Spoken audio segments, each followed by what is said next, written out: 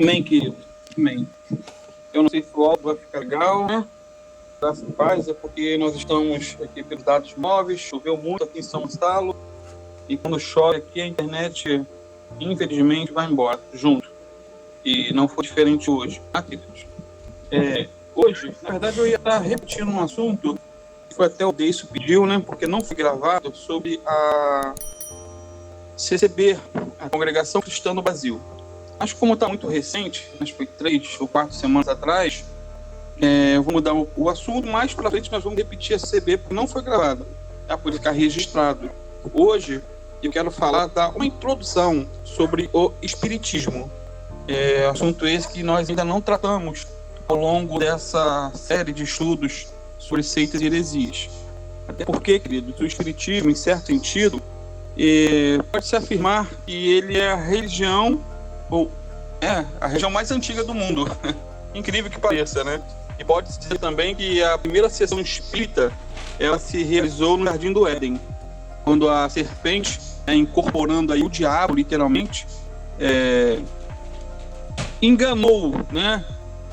Conversou com a mulher e assim conseguiu ludibriá-la, enganá-la, fazer com que ela duvidasse da palavra de Deus, da ordenança do Senhor.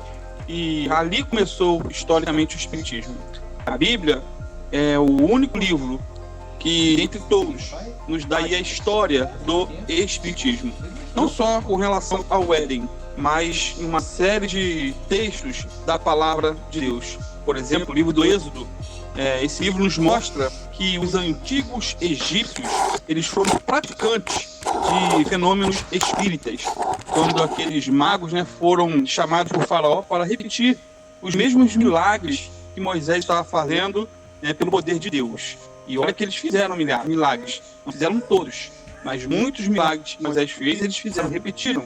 Então, ali nós vemos o ocultismo.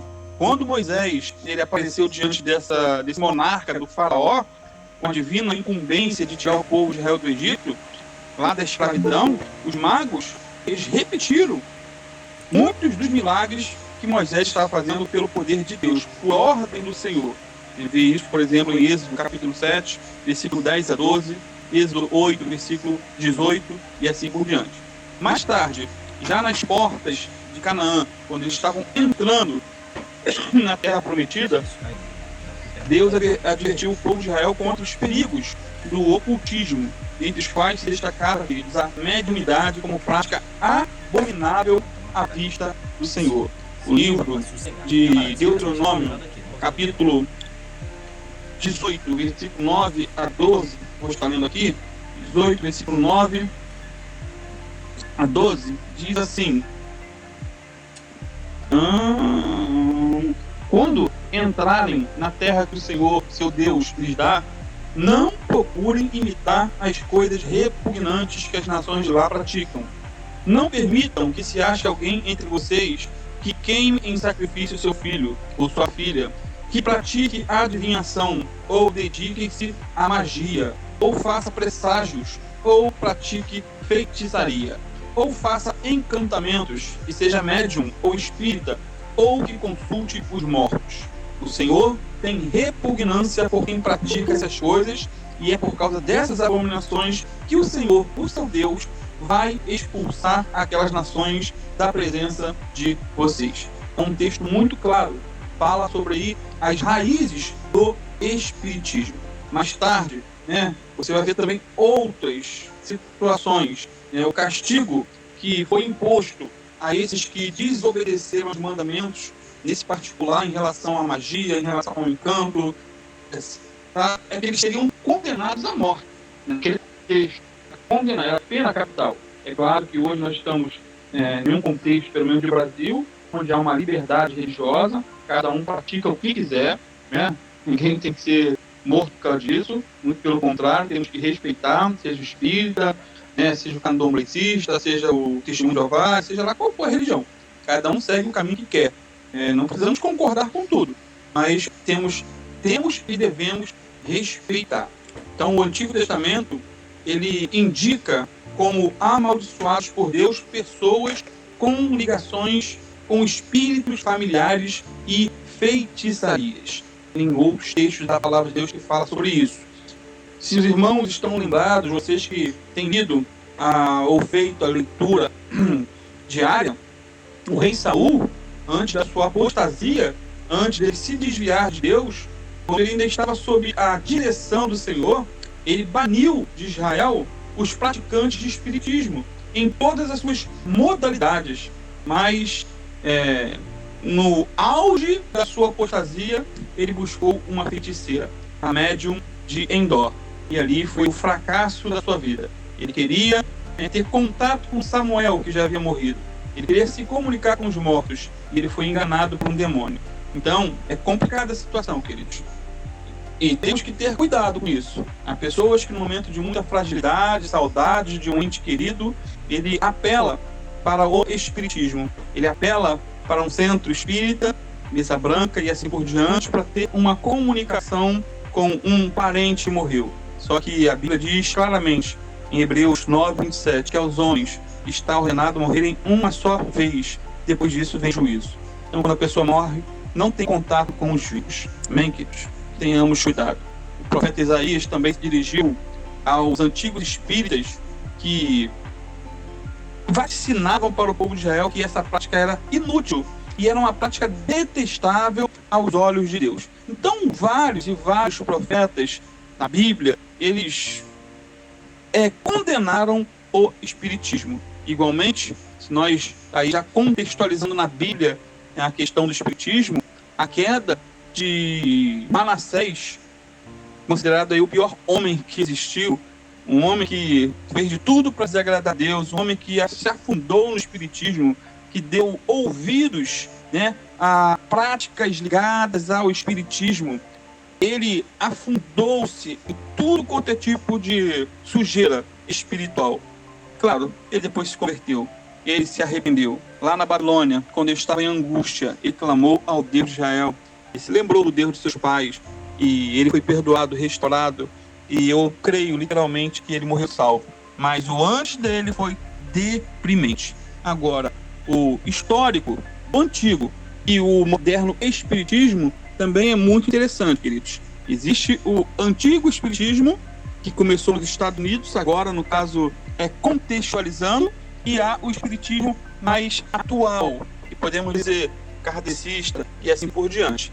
Entrando aí nessa questão do histórico do século XIX em relação ao espiritismo, em 1848, houve aí pode-se dizer um recrudescimento, uma palavra difícil, mas como que uma ressurreição do espiritismo no sítio de Hidesville, é uma cidade perto da Arcádia, no condado de Wayne, no estado de Nova York, nos Estados Unidos, A família Fox, uma família bem conhecida na história, ela alugou uma casa tida como assombrada, e essa história é um tanto quanto macabra.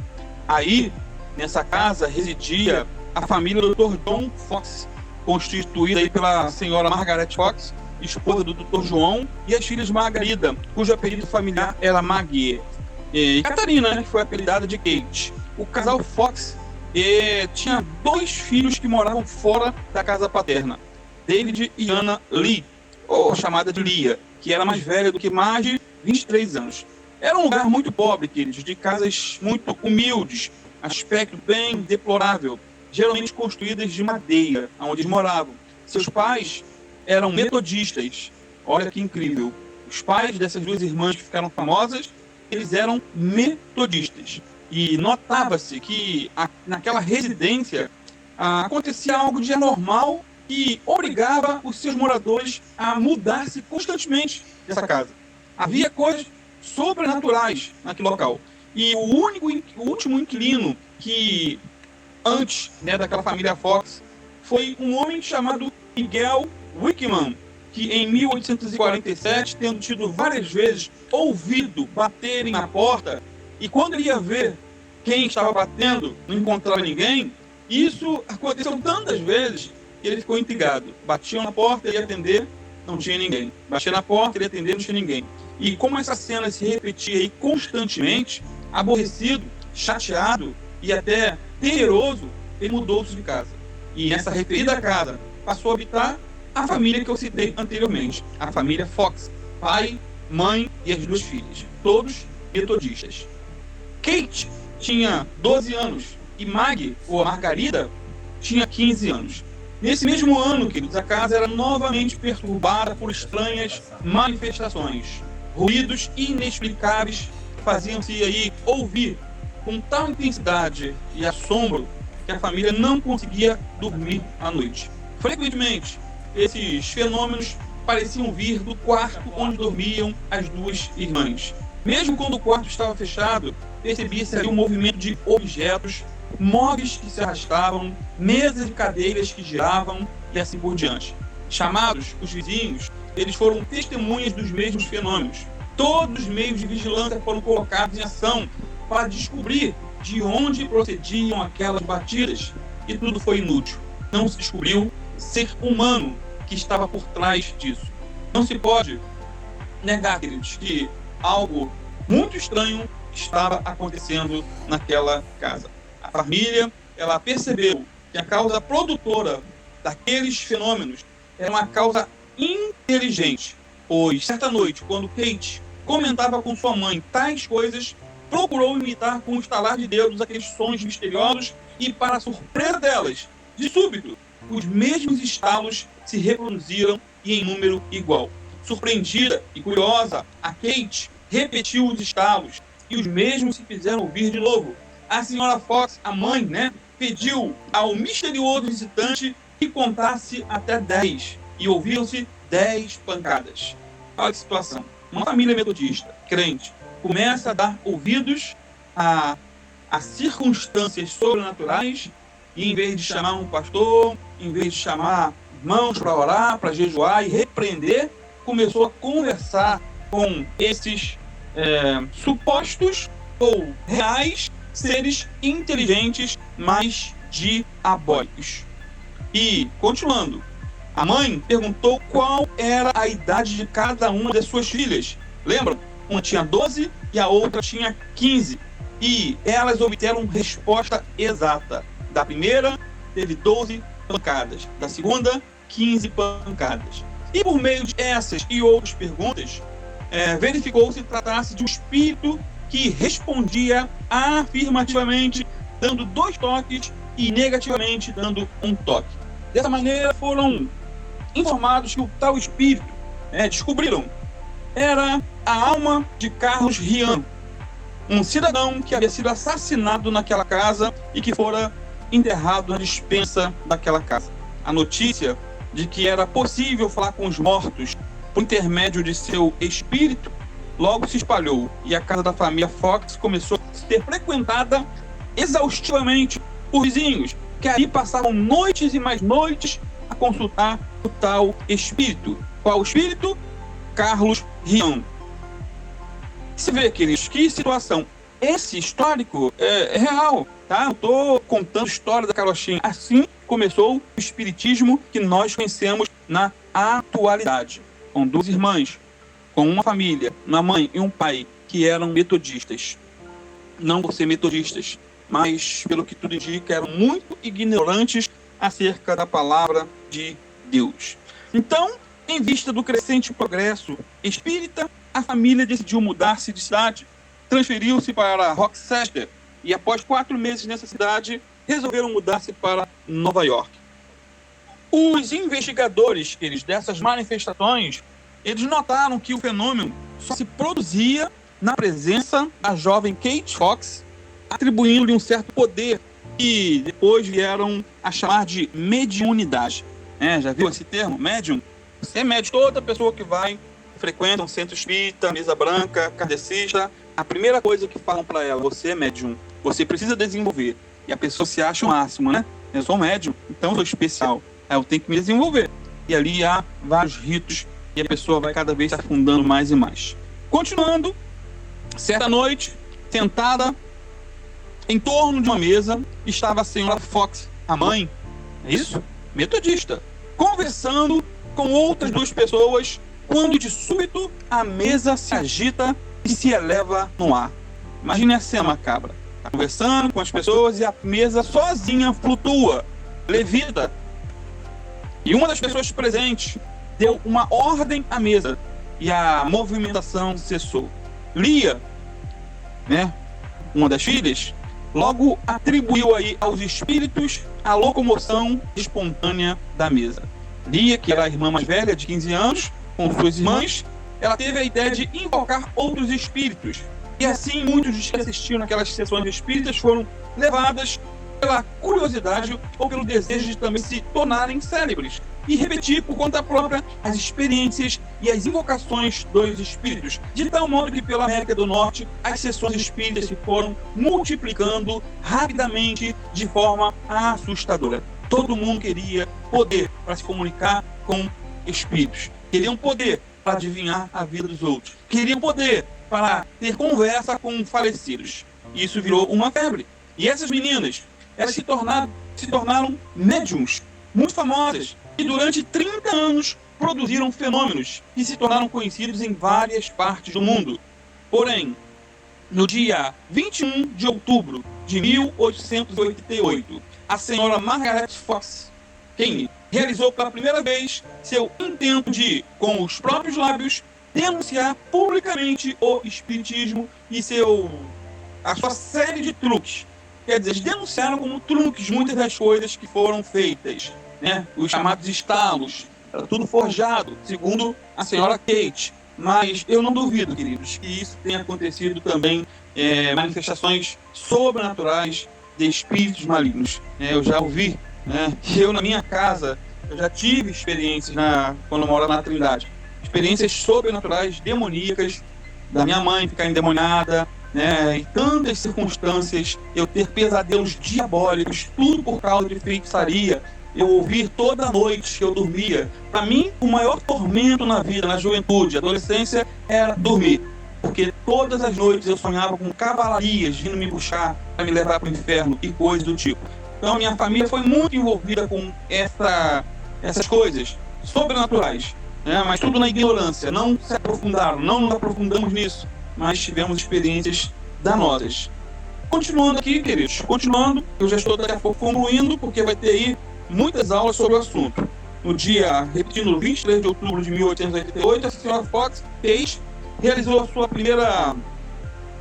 primeiro intento, né, com os próprios lábios, de denunciar o espiritismo. Ela apresentou-se à Academia de Música de Nova York perante numerosa e distinta assembleia e, sem reservas, demonstrou a falsidade de tudo quanto no passado fizeram sob disfarce de mediunidade espírita.